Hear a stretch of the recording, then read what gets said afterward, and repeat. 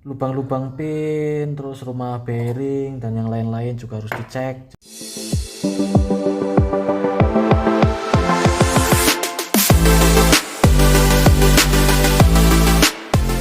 Halo, selamat datang kembali di channel saya ya. Masya Allah, saya sudah lama sekali nggak update tentang konten-konten edukasi ya.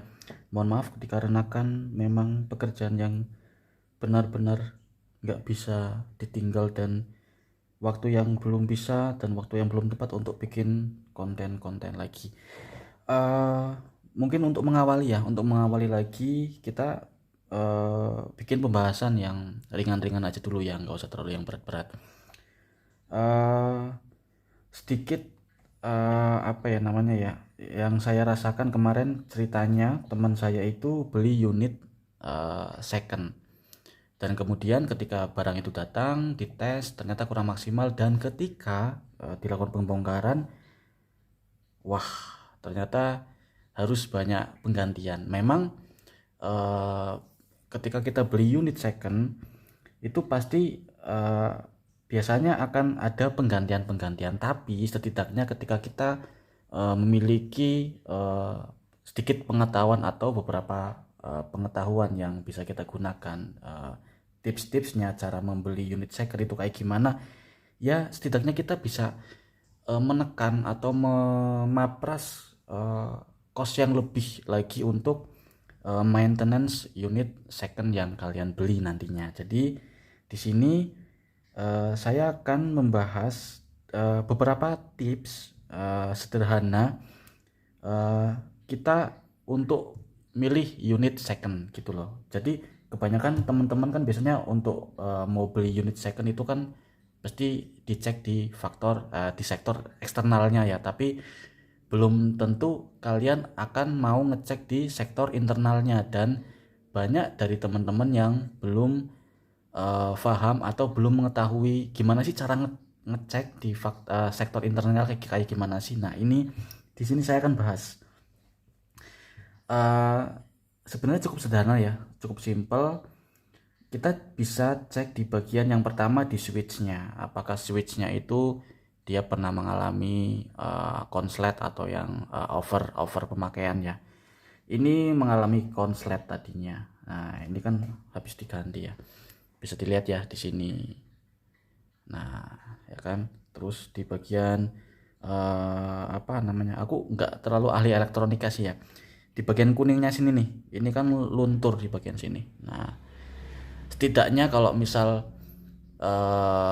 ini masih bagus kan, kita nggak terlalu harus beli lagi ya kan, bisa lebih memangkas ongkos untuk maintenance selanjutnya.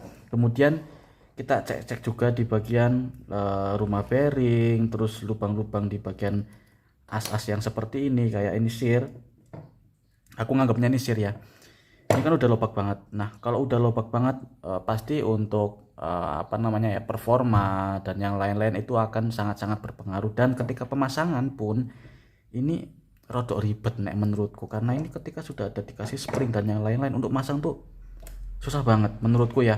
Kemudian di bagian selektor kayak gini, selektor press sih mending lah ya.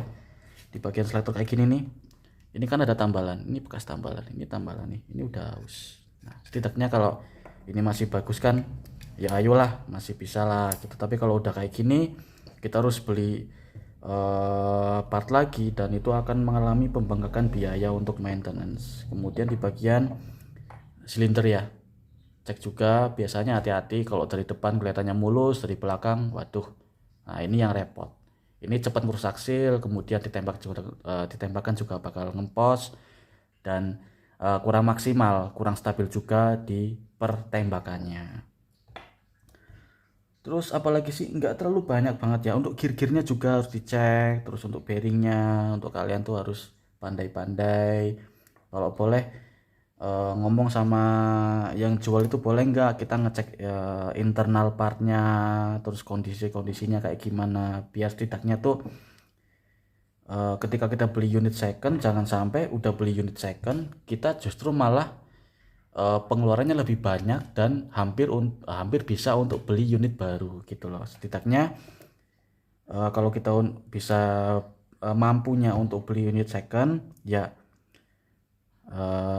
bisa lah untuk dipakai selama jangka setengah tahun atau 1 tahun ke depan baru bisa maintenance gitu. Tapi kalau udah kalian beli dan kalian nggak tahu internalnya kayak gimana, kemudian sudah dibeli, ternyata harus banyak sekali dilakukan penggantian part-part. Nah itu kan eh, pengeluarannya lebih banyak lagi dan itu kurang worth it menurut saya ya. Kemudian di bagian ini juga harus dicekin semua, jadi nggak sembarangan kalian tinggal beli-beli aja ya. Minimal kalian tahu kalau misalnya kurang yakin bisa cek rekan atau teknisi di tempat kalian untuk ngecekin unitnya apakah unit itu worth it dibeli atau tidaknya.